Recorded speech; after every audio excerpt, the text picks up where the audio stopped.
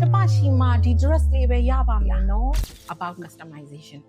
Customize lo de suraoli, body tinale. Oh ma, this is sleeve.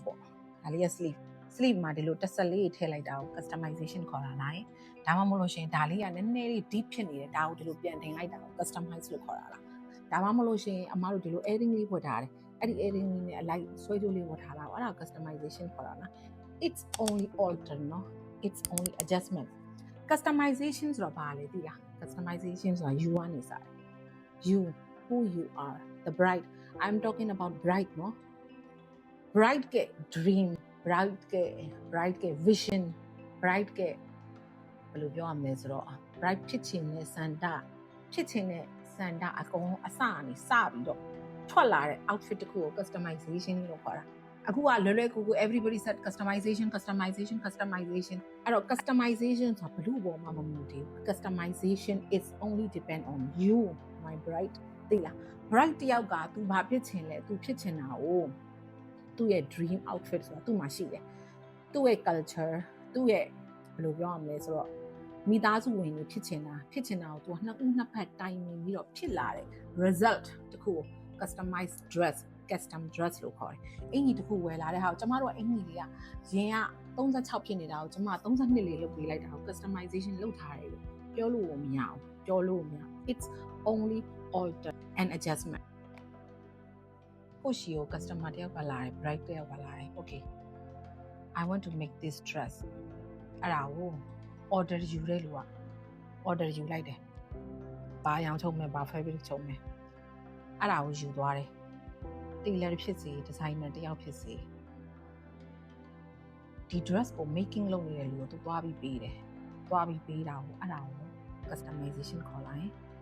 if အဲ့ဒါကို customization ခေါ်ရင်လေဒီ fabric က gram ဘယ်လောက်ရှိလဲ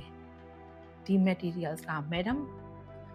आप इसमें तब का कितने ग्राम यूज करोगे कौन सी कलर यूज करोगे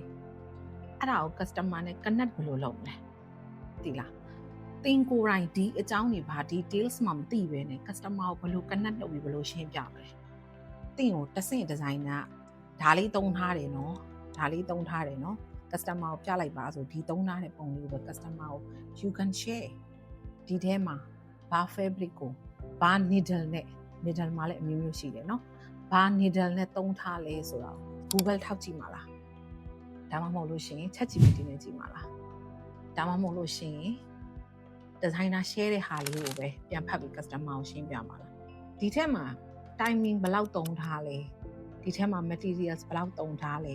ဒီထဲမှာ raw silk သုံးနေဆိုတော့ raw silk ကိုဘယ်လောက် gram သုံးထားလဲဒါတွေသိမသိပဲနဲ့တင်တဲ့ bride ရဲ့ကြား connection ကိုဘယ်လို contact လုပ်လဲအဲ့တော့တင်တဲ့ client နဲ့ကြားထဲမှာ contact တစ်ခုမရှိပဲနဲ့ connect တစ်ခုမရှိပဲနဲ့ connection တစ်ခု strong မဖြစ်ဘဲနဲ့တင်ကိုယ်တိုင်ဒါကို I am the creator I am the customize လုပ်ထားပါတယ်ဆိုဘယ်လို confident နဲ့ client ကိုချပြမယ် you are only dealer ဖြစ်သွားပြီ तू ကတဆင်သွားလိုက်တယ် oh ဒါလေးလာမပြောနဲ့တော့ fabric မှာသွားပြီးဓာတ်ပုံလေးရိုက်ထားပြီးတော့ဟိုဘက်ကလူကထိုးနေတာလေးဓာတ်ပုံရိုက်လိုက်တာနဲ့ you can't be a designer you can't be a creator ဆိုပါလေ designer ဆိုတာပါလေဘယ်လိုလဲသိလားပြောပြီးွားရ I repeat again designer ဆိုတာ bright ပဲ creator ဆိုတာ bright ပဲ तू ဖြစ်ချင်တာကိုကိုကအုံနောက်ထဲမှာထည့်ပြီးနားလေမှကိုကချပြလို့ရမှာ okay customization is not about neckline လေးဒီပေါ်တင်ပေးလာနေ is not all customize okay ပိစတစ်ခုကို fabric တစ်ခုကိုယူလာပြီးလို့ရှိရင် fabric တစ်ခုကိုချီထိုးထားတယ်ပြောကြတယ် right ဘာချီကိုသုံးထားတာလဲ thread ကဘာမျိုးစားကိုသုံးထားတာလဲဒါတွေအကုန်လုံးကိုဒီဗီဒီယိုမှာမပြောပြလို့ရှိရင်ဘာဖြစ်လို့ဆိုအဲ့ဒါလေ copy ဖြစ်သွားလို့ချီကိုဘာချီထိုးထားတာလဲဘယ်လောက်ချီလေးကိုကုန်ထားလဲဘယ်လောက် grams ကိုသုံးထားလဲဒါတွေအကုန်ရှိတယ်နော်ပြောချင်တဲ့သဘောကဘာလဲဆိုတော့ကိုယ်တိုင်မသိဘဲနဲ့ကိုယ်တိုင်ကတက်ကြွမှုမရှိဘဲနဲ့ I'm not saying I'm ဆရာကြီးနော် remember that I'm not saying I'm ဆရာကြီးကိုယ်တိုင်မသိဘဲနဲ့ကိုယ်တိုင်ဘာမှမသိဘဲနဲ့ကို designer လို့ပြောလိုက်လို့ရှိရင်အဲ့ဒီနောက်မှာပါလာတဲ့ consequences တွေရှိတယ်အဲ့ဒီနောက်မှာပါလာတဲ့ responsibility တွေရှိတယ် designer တယောက်နဲ့ client တယောက်နဲ့ bride တယောက်နဲ့ connection တွေအရင်ရေးကြည့်ပါတယ်သူပြောတာကိုနားလည်ရမယ်သူကဥပမာအမကကျမကဒါလေးလုပ်ချင်ပါတယ်ဆိုတော့ကိုယ်တိုင်မသိပဲနဲ့ကိုယ်တိုင်သူ့ကိုဘယ်လိုလုပ်သွားပြီးတော့ impress ဖြစ်အောင်ကိုယ်တိုင်သူ့ကို ဘယ်လိုပြောရမလဲဆိုတော့သဘောကျအောင်ကိုဘယ်လိုရှင်းပြမလဲကိုကလည်းတဆင့်သွားပြီးဟိုဒီဇိုင်နာကိုသွားအကမှာလေကိုပေးချင်တဲ့ message ကလေ bright တွေရော future bright တွေရော customer တွေအနေနဲ့ရောပေါ့နော်သူတို့လည်းသိတယ် custom ဆိုတာဘာလဲ designer ဆိုတာဘာလဲ retailer ဆိုတာဘာလဲ timing တခုဆိုတာဘာလဲ handmade ဆိုတာဘာလဲ working process ဆိုတာဘာလဲသိတယ်ကိုဝတ်မဲ့ outfit ဆိုတာလည်းဘာလဲပေါ့ okay doesn't matter ဘာမှမသိဘူးဆိုလို့ရှိရင်သိတဲ့နားလေတက်ကြွတဲ့လူရဲ့ idea ကို respect လုပ်တင်တယ်လေးစားတင်တယ်ကိုကသူများဝတ်ထားတာဒီအရာဝတ်တယ်နောက်တစ်ခုပြောလိုက်ဒီလား retail market မှာပေါ့နော် China ပဲဖြစ်ဖြစ် Bangkok ကပဲဖြစ်ဖြစ် India ပဲဖြစ်ဖြစ် factory တစ်ခုကနေယူလာတဲ့ပစ္စည်းတစ်ခုအဲ့တော့အဲ့ဒါကို you can't say ငါရှိမှာပဲဒီပစ္စည်းရှိတယ်ဆိုတော့မနေ့ပြင်ကျရင်သူရှိမှာလည်းရှိတယ်။ဘာဖြစ်လို့လဲဆိုတော့ဒါထုတ်ထားတဲ့ ready made items တွေပေါ့နော်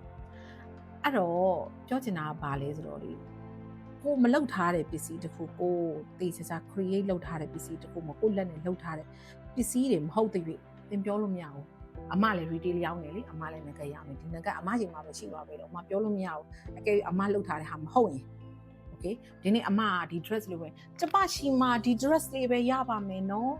you can see မနေ့ပြင်သူရှိမှလည်းရနိုင်တယ်ဘာဖြစ်လို့လဲဆိုတော့ဒါကြီးက wholesale market ကြီးနော်အဲ့တော့ bright တယောက်က choose လုပ်တော့မယ် no matter ဘယ်ပဲသွားလုပ်ဘယ်လိုပဲလုပ်ဘာပဲလုပ်ကိုကတည်တယ်လေကိုတည်တယ်ကိုဘာဖြစ်ချင်လဲဘာတွေလဲဘာ material တွေလဲဘာတွေလုပ်ချင်တာလဲ customize ဆိုတာဘာလဲဘယ်လိုလုပ်တာလဲအဲ့ဒါတွေအကုန်လုံးသိဖို့လဲလိုအပ်ပါတယ်လို့ bright တွေလဲကိုတွေပြောပြနေတဲ့အကုန်လုံးကလည်း best ဖြစ်ချင်တာပါလူတယောက်ကဗီဒီယိုတစ်ခုတက်လာပြီးသူ့ရှိမှာသူအယောင်းဝယ်တစ်ခုလုပ်နေပြီဆိုသူ့ရဲ့ record တွေနဲ့သူ့ရဲ့ဘယ်လိုပြောမလဲ history တွေကိုသွားကြည့်တယ်သူဘာတွေ create လုပ်ပြီးတော့သူစကားတွေကြီးကြီးကျယ်ကျယ်နဲ့ online မှာပြောနေတယ်သူဘာတွေလုပ်ခဲ့ပြီလဲသူ့ရဲ့ design creation တွေကဘယ်လိုရှိလဲသူ့ရဲ့ product ကဘာရှိလဲသူ့ရဲ့ retail dress နဲ့အားလုံးဆိုင်မှာရတယ်ပစ္စည်းလေးတွေရောက်ပါပြီနော်ဆိုတော့ dress တွေနဲ့တေးစား create လုပ်ထားတဲ့ my kind of customization นะအဲ့လို customization dress တွေနဲ့ဘာကွာလဲအဲ့ဒါတွေကိုလည်းတေးစားလေးသိတယ်ပေါ့နော်အဲ့ဒါမှလည်း the right choice ကိုရမှာပေါ့နော်ကိုပေးရတဲ့ amount of money လဲ worth it ဖြစ်တယ် deserve ဖြစ်တယ်